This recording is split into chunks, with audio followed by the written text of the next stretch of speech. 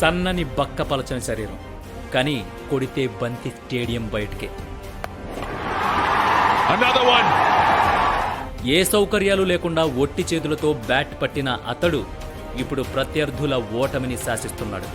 ఆడేది 2-3 ఓవర్లే, కానీ చేయాల్సిన డ్యామేజ్ మొత్తం అక్కడే జరిగిపోతుంది. భారత జట్టుకు తను హీరో అయితే ప్రత్యర్థులకు మాత్రం విలన్. తనే హార్దిక్ పాండ్యా.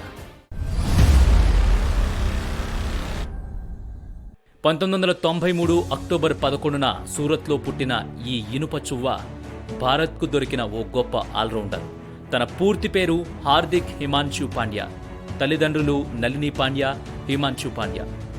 చిన్నప్పటి నుంచి క్రికెట్ అంటే పిచ్చి.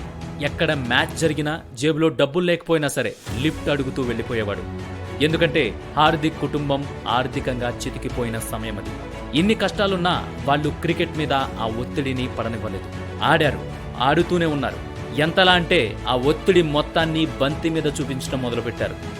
అలా హార్దిక్ పాండ్యా స్కూల్ క్రికెట్కి ఆడాడు, స్టేట్ లెవెల్లో ఆడాడు. ఇక 2015 పెప్సీ ఐపీఎల్లో ముంబై ఇండియన్స్ హార్దిక్ను 10 లక్షలు పెట్టి కొనుగోలు చేసింది.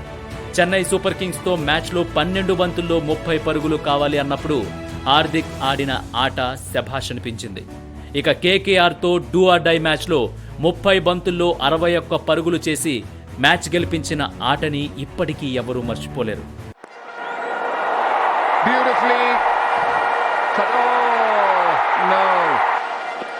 In Mumbai the next couple of days and another bad ball.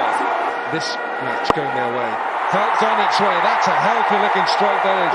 My word, that's a good blow. అలాంటి ప్రదర్శనతో హార్దిక్ భారత్ ఏ జట్టుకు ఎంపికయ్యాడు. ఇక 2016లో ఆస్ట్రేలియాతో T20లో అంతర్జాతీయ క్రికెట్కు అరంగేట్రం చేశాడు. తన తొలి బంతి వేయడానికి ముందు ప్రెజర్లో 3 వైడ్స్ వేశాడు. కానీ ఆ మ్యాచ్లో హార్దిక్ 2 ఓవర్లకి 27 పరుగులిచ్చి 2 వికెట్లు తీశాడు.